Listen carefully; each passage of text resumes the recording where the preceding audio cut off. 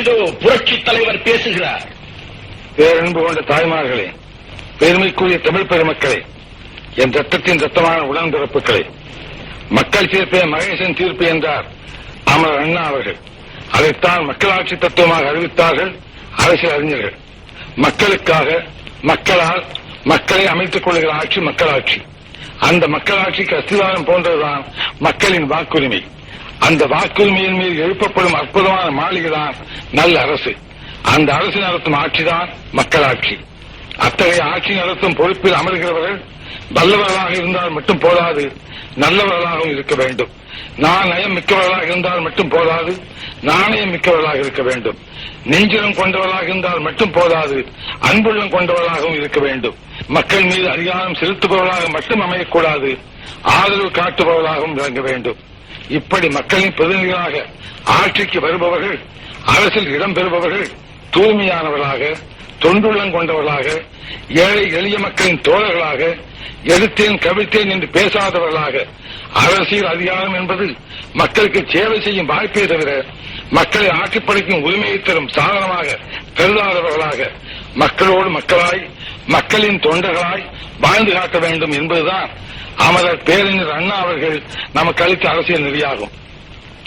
நல்லது செய்வார்கள் என்று நம்பி வாக்களிக்கின்ற மக்களுக்கு, குறிப்பாக ஏழை எளியவர்களுக்கு அரசு பொறுப்பில் அமர்ந்தவுடன் அதிகாரம் கண்ணை மறைக்க துரோக செயல் ஈடுபடுபவர்களை ஒரு நாள் இல்லையானாலும் மற்றொரு நாள் மக்கள் சமுதாயம் தண்டிக்காமல் விடாது என்ற உண்மையை உணர்ந்தால்தான் அரசால வருபவர்கள் உண்மையான மக்களின் பிரதிநிதிகளாக நடந்து கொள்வார்கள்.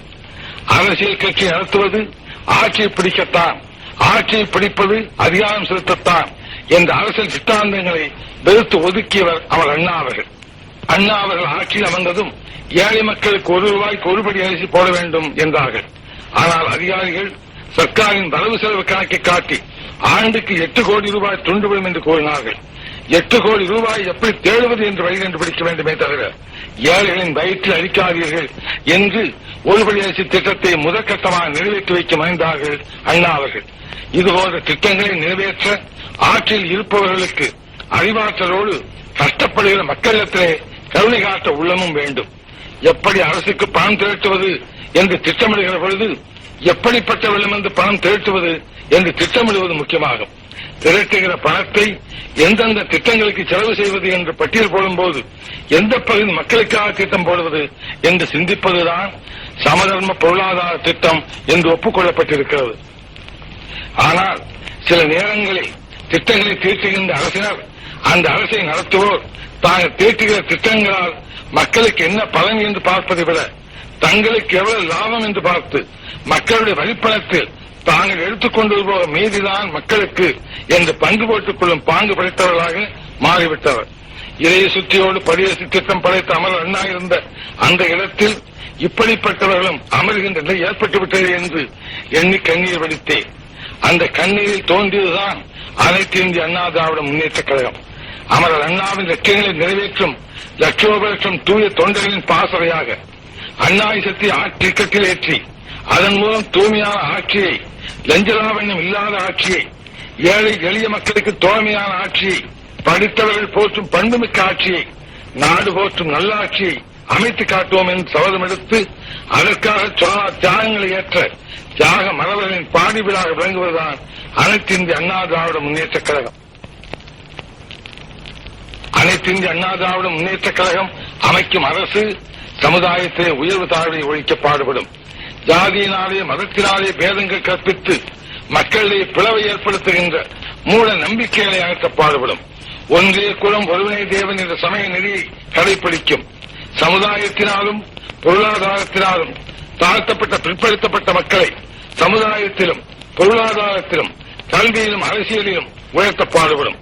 தொழிலாளர்களின், விவசாய பெருங்குடி மக்களின், கைத்தறி நெசவாளர்களின் வேதனையை போக்க உழைக்கும். சக்திக்கேற்ற உழைப்பு, தேவைக்கேற்ற வசதி என்ற சமதம் பொருளாதார சித்தாந்தத்தை நோக்கி திட்டங்கள் தீட்டப்படும்.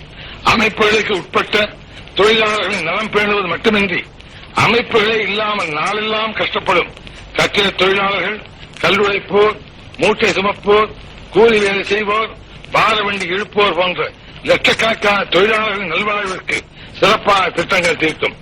ஆண்டில் பாதி நாள் விவசாய தொழில் ஈடுபட்டு மீதி நாளில் கஷ்டப்படும் விவசாய தொழிலாளர்களுக்கு மாற்றுத் தொழில் ஏற்படுத்துவது குறித்து திட்டங்கள் தீர்த்து நிறைவேற்றும். ஆண்டுதோறும் திட்டங்கள் தீட்டும் போது சமுதாயத்தில் பின்தங்கியவரின் நலன்களுக்கு முதல் இடம் தரப்படுவதைப் போல் நாட்டின் பின்தங்கிய கிராமப்புற திட்டங்களுக்கும் முதல் இடம் கொடுக்கப்படும். கிராமங்கள் என்ற பெயரே மாறி பெரிய நகரங்கள், சிறிய நகரங்கள் என்று குறிப்பிடும்படி நகரத்தில் உள்ள வசதிகள் கிராமங்களிலும் கிடைக்கும்படி செய்து கிராமங்களிலிருந்து மக்கள் நகரங்களுக்கு குடிபெயராத உணர்வை ஏற்படுத்தும். படித்தவர்கள் பல்வேறு தொழில்களிலும் ஈடுபடும் அளவில் திட்டங்கள் தீட்டும். திட்டமிட்ட பொருளாதார வளர்ச்சி அடைய தொழில் திட்டங்களை நிறைவேற்றும். கலைகள் வளர்க்கப்படும், கலைச்செல்வங்கள் பாதுகாக்கப்படும், கலைஞர்கள் பாராட்டப்படுவார்கள், பாதுகாக்கப்படுவார்கள். யாமறிந்த மொழிகளிலே தமிழ் மொழி போல் இனிதாவது எங்கும் காணோ, தேமது தமிழோசை உலகமெல்லாம் பரவும் வகை செய்த வேண்டும் என்று தேசிய மகாகவி சுப்பிரமணிய பாரதியார் பாடியதைப் போல தாய்மொழியாம் தமிழ் மொழியின் சிறப்பினை உலகமெல்லாம் பரப்பும். இந்தியாவின் ஒற்றுமையை வளர்த்து இளைஞாண்மை காக்க பாடுபடும். மக்கள் தொகையில் சரிபாரியான தாய்க்குலம் சமுதாயத்திலே பெற வேண்டிய இடத்தை பெறாதாலேயே நமது நாடும் அடைய வேண்டிய முன்னேற்றத்தை அடைய முடியவில்லை. பெண்கள் கல்வி, பெண்கள் உயர்வு, பெண்கள் உத்தியோகம் என்றெல்லாம் பேசுகிறோம். பெண்கள் சமுதாயம் உண்மையான சுதந்திரம் பெற்று வாழ்வின் எல்லா துறைகளிலும் சமபங்கு பெற்றால்தான் நாடும் முன்னேறும், நாமும் முன்னேறுவோம். இதைத்தான் உத்தமர் காந்தியடிகள், தந்தை பெரியார் அவர்கள், மூதறிஞர் ராஜாஜி அவர்கள், அமரர் அண்ணா அவர்கள் எடுத்துச் சொன்னார்கள். அவருடைய கனவை நிறைவாக்க அனைத்து இந்த அண்ணா திராவிட முன்னேற்ற கழக அரசு பாடுபடும். அத்தகைய அரசு அமையவும், அமைகின்ற அரசு தூய்மையான அரசாக அமையவும், மக்கள் தீர்ப்பே மகேசன் தீர்ப்பு என்ற நன்மையை தழைக்கவும் உங்களுடைய அன்பும் ஆதரவும் ஆசையும் கிடைக்க வேண்டும் என்று கைகூப்பி உங்களை வேண்டி கேட்டுக் கொள்கிறேன். நன்றி, வணக்கம். வாழ்க அண்ணா நாமம்.